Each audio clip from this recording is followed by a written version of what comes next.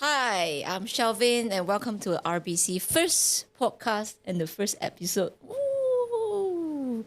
Today I have Jess. Oh, by the way, I'm Shelvin. I have to start because feel a bit weird because I have never hosted a podcast before.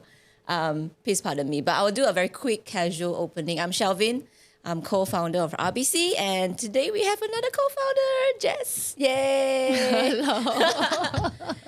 This is so weird. No, it's not. It's not. I think it's just like a chat between friends, and then we do have a lot of questions from our clients and some followers. So today, this episode is a bit more about our company, our very boutique company, and how we started out. So we do have some interesting questions to share with you. Perhaps we can start with a bit of a background story of RBC, and I will let my colleague, Miss Chan, to probably start with the first question. Yeah, okay. First one. Many people have been curious about our company name, Red Bean Consultancy. So, would you care to share what's behind the name? Well, we get this question all the time, Yeah. Jess. Yeah, we Okay. do. I think that people have been quite curious in terms of it is a property company, and a lot of times you have a property inside as well. And it's, we like something cuter. I think when we first wanting We are to- cute also lah, by the way, but yeah. That's what you say lah. But I think red bean probably came to mind because we like the color, and then also because it's quite small, but it's packed with a lot of nutrients and it's quite dynamic. So it was just worked out in that way that when we just like the sound of it. Do you still remember how we had this conversation? It was actually during COVID. Yeah, We were both in lockdown. She was in Australia. And I was in KL. So we were like feeling a bit miserable. I remember lah. that I was driving when the name came up. We were No, having yeah, the you chat. started with a Another different name. name like Chipina, and then I was Let's like, not no. review. That might be the next company. And then I was like, nobody will recognize this, Chipina, as or even associate the brand name with real estate service. So then we have a bit of more discussion, and then you just mentioned red bean. I was like, red bean, in Chinese is Hong Do, right? And it's very unconventional in the sense that you will not think that this is going to be a property services related name. Yeah. And it's cute. It also represents our spirit lah. We are boutique. It's in a way when we started out, it's like a two-man show, but we actually can do a lot of things. Just like how Red Bean can provide multiple nutrients, small but mighty, and hence why. And we decided to go with Red Bean Consultancy. And then when we started, we were like, I don't know whether people will laugh at this name or not. I was a bit concerned, but as we went through a couple of months down the road, people actually perceive it as a very cute name. I think we have quite a good reception so far. Yeah, definitely. I think the unconventional part, Yeah. It it actually, actually worked. yeah. Easier to remember us. Yeah. Yeah. Next question. Yeah, so that was how the both of you come together to this company. So what are your goals? Go back to our COVID conversation. I think we were both taking a career break. Okay, a bit of a background, a very short one. I don't want to be like so grandmother story long.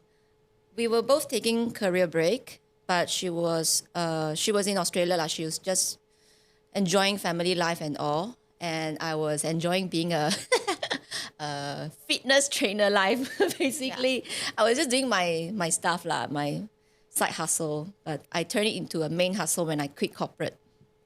And COVID came, and you would know that you cannot do fitness, right? You cannot run the gym classes and all. Then I started to realize that, oh no, I need to do something. And at the same time, I still kept receiving calls from customers from the previous job lah. We have built quite a sizable database since our tenure with the past companies. And the customer call and say, oh yeah, you left the company liao, how? I need someone to help, And I said, too bad I'm a fitness trainer. Now I can help with burpees and all. But in the end, I just sat down and reflect. I said, why don't we just go back and help our clients? And we not just the current existing client, but also their friends, their relatives, or the general Malaysian investing public. So I just call Jess. I said, do you want to go back or not? Yeah. That's pretty much how we started the conversation.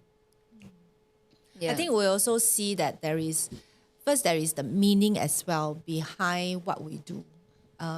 It's not just a job to us. It is something that is quite meaningful as well. Of course, I mean, as a property consultant, there is so many different, property consultants in Malaysia, whether you are covering the Malaysian segment or you're covering an overseas segment. We've been doing, obviously, the overseas segment for, over 2 decades for myself. She's just nearly 2 decades as well. Almost 2 decades, yeah. Yeah, but there is not as many people who are actually quite so as well versed in that sense. And that's like that gap that we see in the marketplace as well.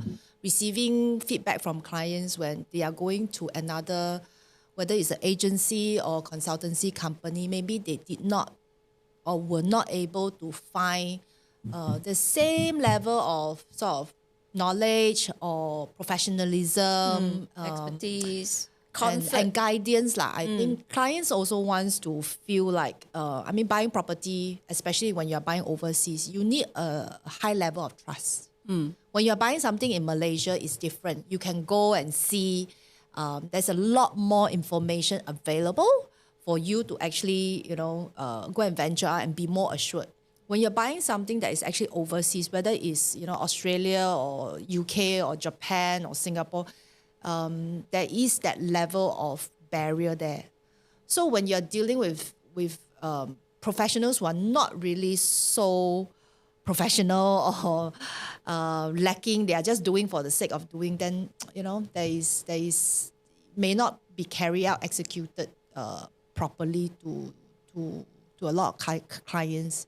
So I think generally clients also don't like to have a change of consultants or advisor on a very frequent basis. They want something that is consistent, someone who can hold their hands throughout the journey. So hence why we have this Red Bean consultancy, in the sense that we want to be in the business in the long run. We are in for long in that sense. Yeah. And we want all our clients to be our investment partner throughout, no matter how long, however long in that sense. They want to be in for 5 years, for 10 years, for 15 years.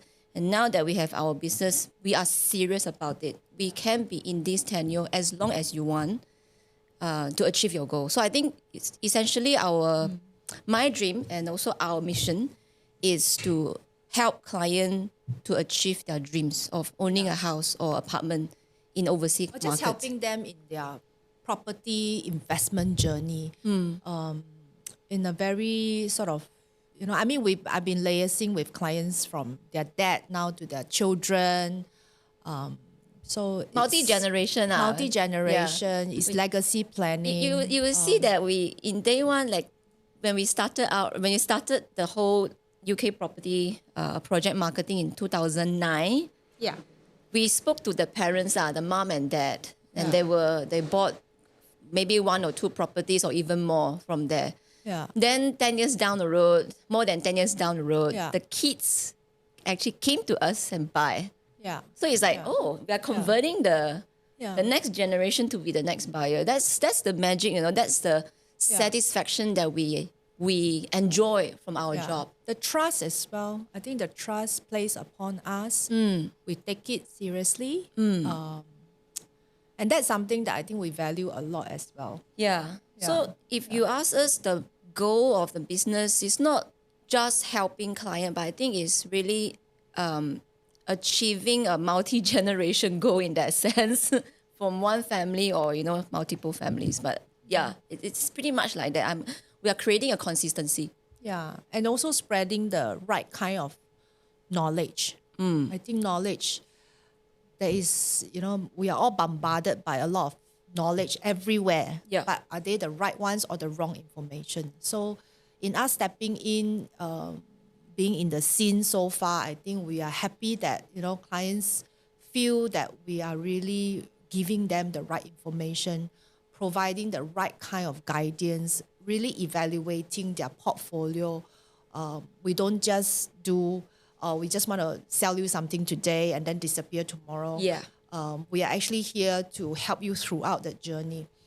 Different from what we had in the corporate days. I mean, let's be frank. Yeah. You know, sometimes when we were working previously in the corporate company, there is a lot of things that maybe we don't feel that is right for the clients, but because we are, instructed globally or whatever, we may still have to carry out the job. Correct. But in this case, where we have RBC, we know. Yeah, we can choose what we want to do, what we feel happy to do. We actually go on the site to look at the projects ourselves. we take ownership of the things that we do. So there is a lot more That means a lot. groundwork and a lot of more thought in that sense that we can control what we are delivering to the market. We are confident that if we are able to help our clients through this, their investment is very safe with us. And because we've been doing this for like 2 decades and all that, you know that they are going to come back. Yeah. Right? Yep. Because if you have a positive experience, if we are able to help you buy, we are able to help you rent, we are able to help you manage, and then one day when you say a couple of years down the road, hey, Jazz and Shelvin, I would now like to exit, okay? We also help you to exit. So that journey in itself is and hearing obviously positive feedbacks about what they have bought when they go and see, in London or elsewhere in the UK The as well. testimonial. Yeah, I think it. that's good.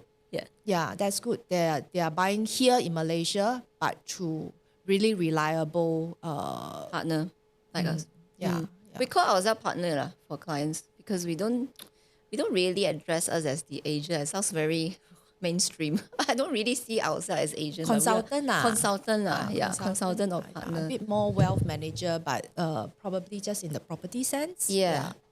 So yes, that's pretty much the answer for this question. Next, please. Very long, huh? Very long. Maybe huh? you should edit. You can edit, right?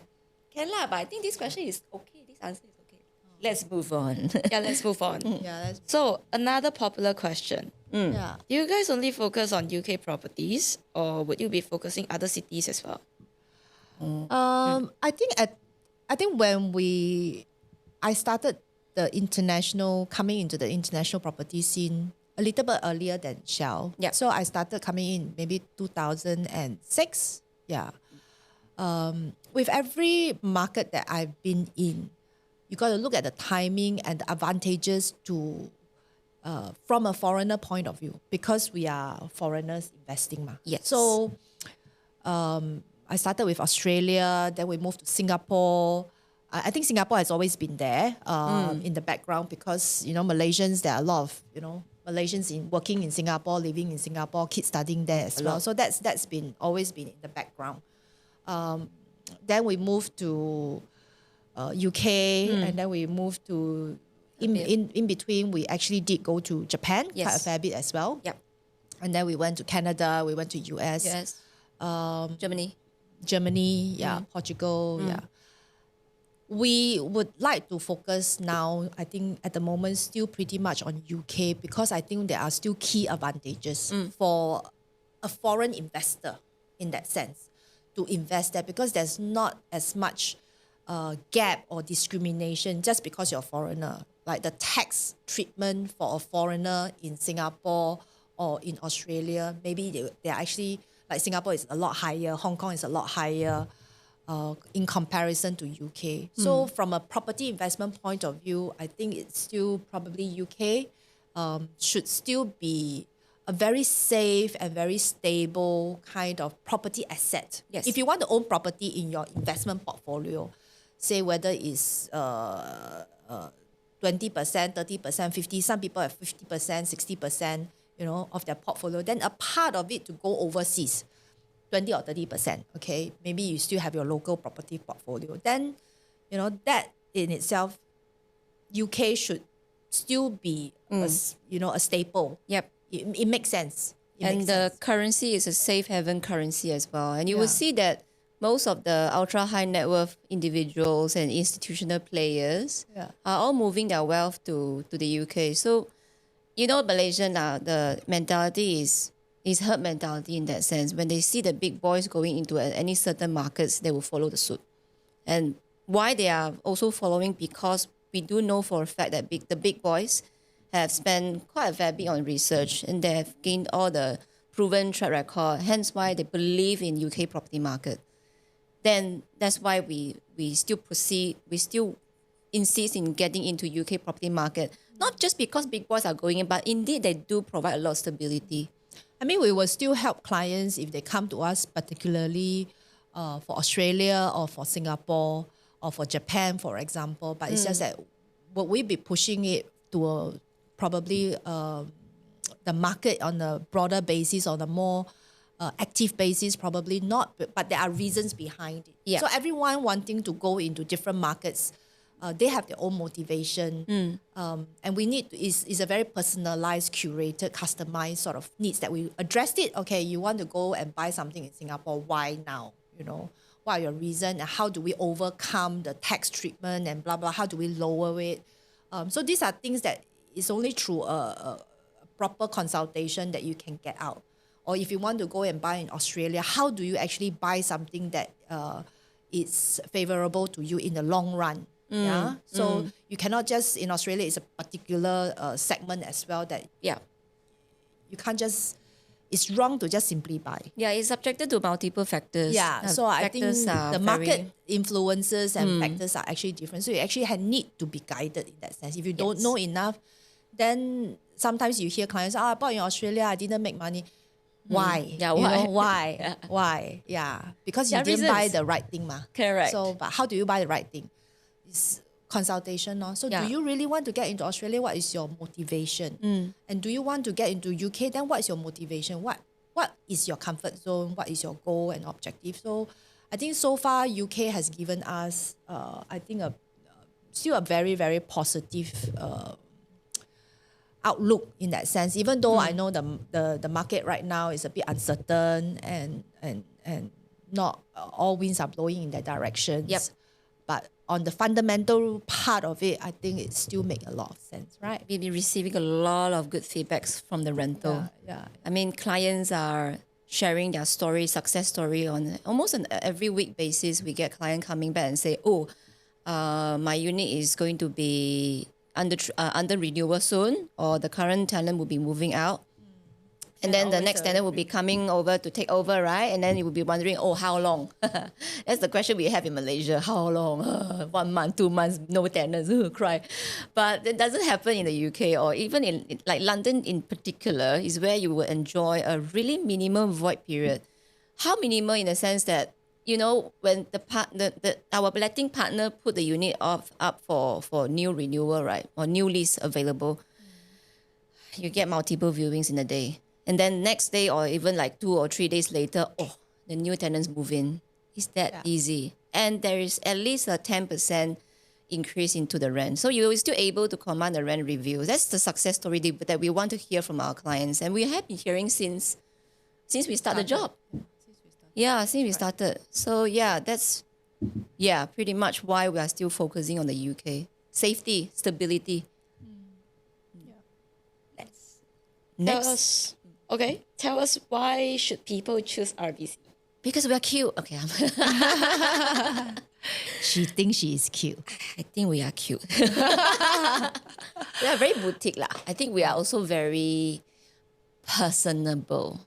We take each of clients into a very personal journey. We curated journey for our clients, and every journey is different. It's not like a manufactured journey that we used to have when we were with the corporate lah, No, so, I mean, I think the thing is that when we are because we are both involved pretty much in every consultation, every client. Every consultation. It's the tech team. Up until, past the sales period, in discussing, what names to put in the contract, in the property, what kind of mortgage, comparing, going out there. So it's to be honest, I feel like there is a step beyond in that sense.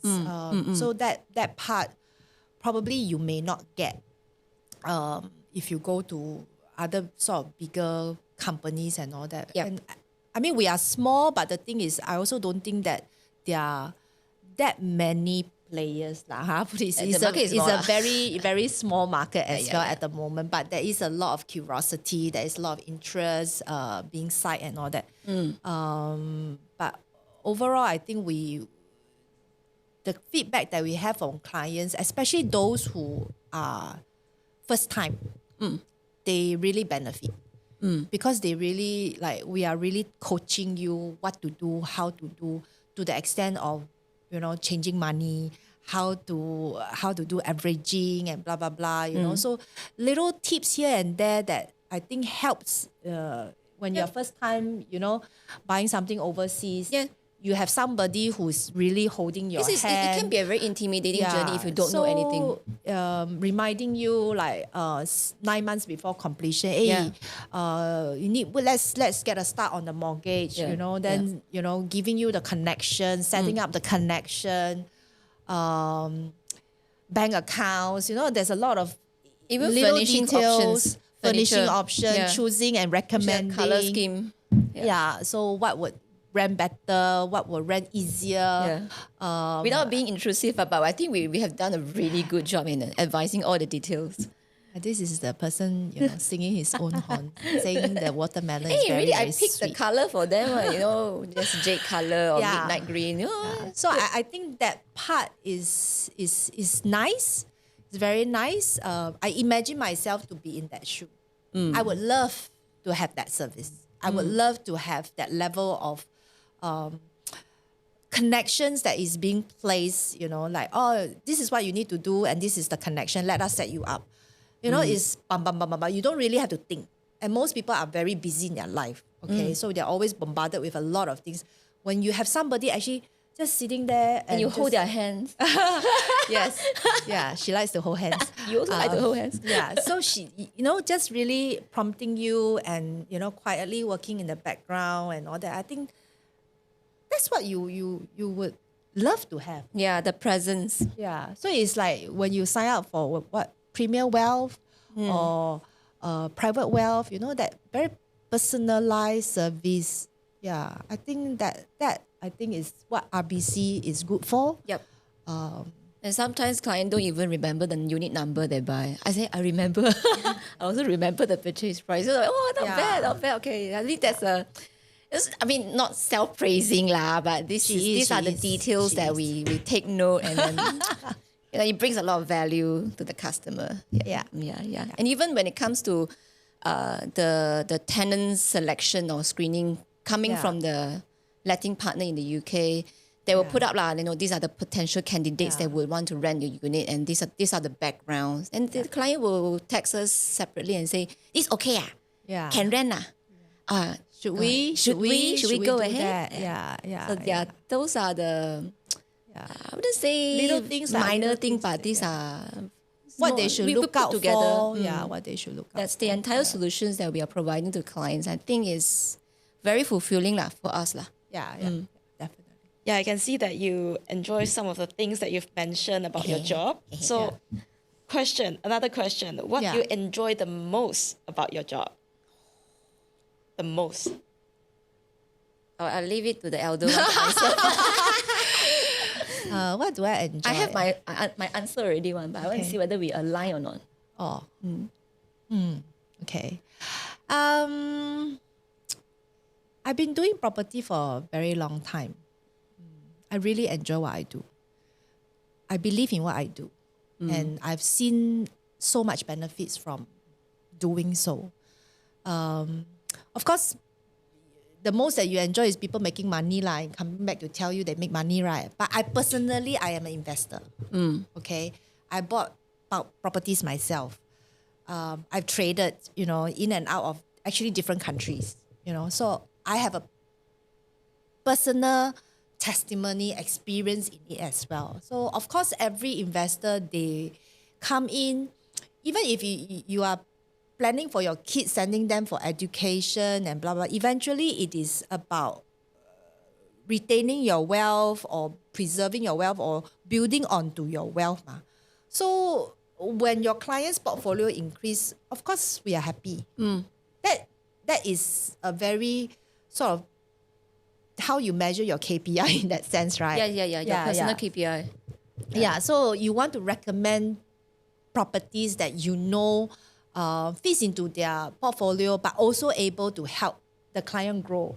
So some of the clients, they may reach a stage of their life where the kids finish studying already. Then what do they do with the property? You know, they're not staying there anymore. Then we still help them to find solution out of it, build their portfolio, and then increase their wealth. Help them to exit and all that. So I think I enjoy that journey, helping people to build their wealth. At the same time, I also learn together with them. So it's been that learning part that is also very enjoyable for me. You just go in, you see how people do things differently as well in terms of projects as well. I like to look at buildings architecture, the different treatments, why sustainability is so important nowadays. The technical part, maybe a lot of people are not interested, but it interests me. Yeah. She's very OCD. No, but it's not It's a just fact. when you look at property, if you are a true blue passionate property professional, you want to know the difference. You don't want to just, how do you buy an apartment overseas, it's 4 walls, 1 toilet and 2 toilets. I mean, you got to understand outside of it. Correct. Yeah, why it makes a difference. Why some macro. developments grow. Yep. Why some developments don't. You know, why buy in only certain areas and not in other areas? What are the things to look out? All these are very, very intricate things that I think a lot of people may not be able to know. Yeah, they just, Yeah. like I also mentioned in one of the podcasts that I did with Ai Heng, and he also mentioned there are many Malaysians who make home purchase decision without being given appropriate information on the surroundings or didn't make informed decision. Long story cut short.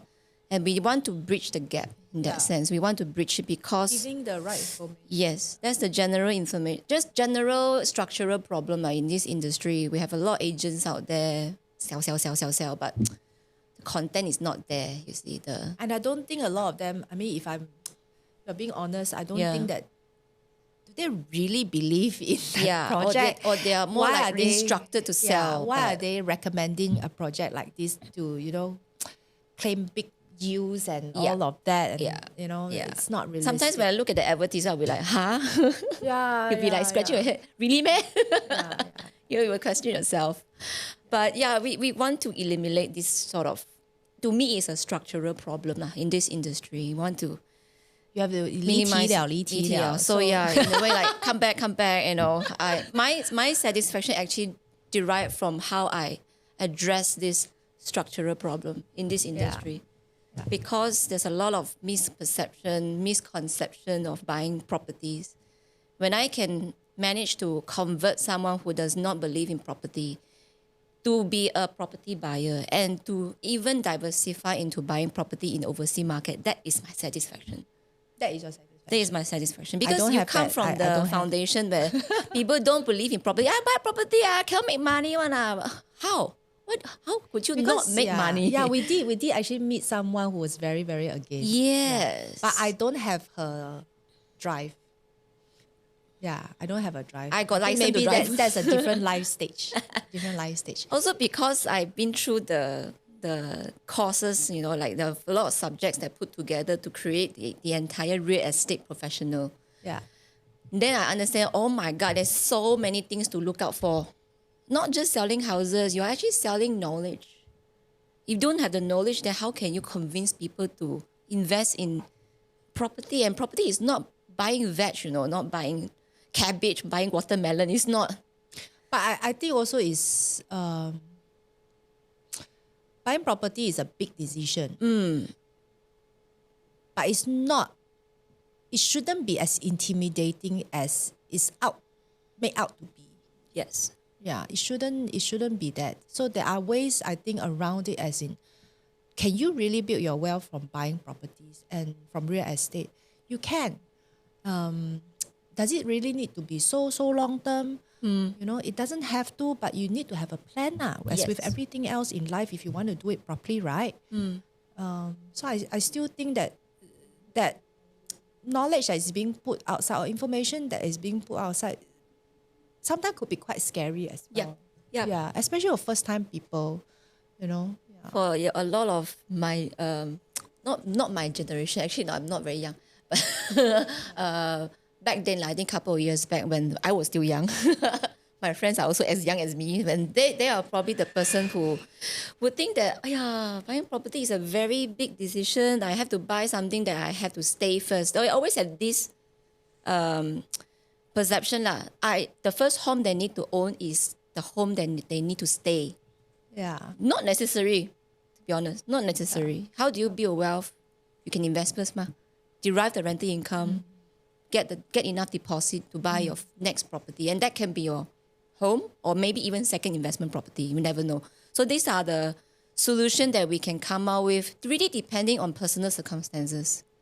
So I think my satisfaction, as I mentioned, is to really convert them using our knowledge. Second thing is when client always have this ideal or benchmark property they want to buy. Yeah, like clients, I want to buy zone 1, or like, for example, Malaysia, I want to buy next to KLCC or Damansara Hat. But after consultation with us, the motivations or the needs are actually not really necessary for them to own something so privileged, so high-end, or because they might have other circumstances that they are not aware of, but we are helping them to discover. Then from there, we provide a better solution where they can even put the money into different property instead of putting one chunk of one pot, the whole pot of gold into one property. Diversification. Correct. So yes, that's my question for this particular, my answer for this particular questions. So that pretty much sums up this episode, our first episode. A bit long-winded, not bad lah. Maybe half an hour or 40 minutes, but hope you enjoyed Maybe this we should content. make it shorter next time. But because this is totally unrehearsed. Yeah, but I think we are doing okay. We covered the content, and let's stay tuned for the next episode. If you like our podcast, don't forget to subscribe our channel. Yeah, and we have Instagram, Facebook. Yes. Yeah. So I'll see you in the next episode. Bye-bye.